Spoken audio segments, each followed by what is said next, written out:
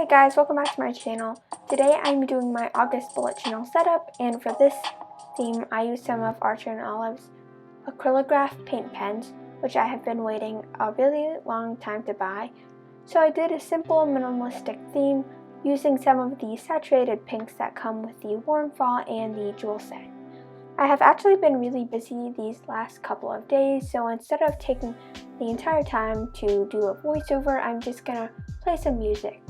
Also, don't forget to subscribe and like this video to support my channel and share this video with others.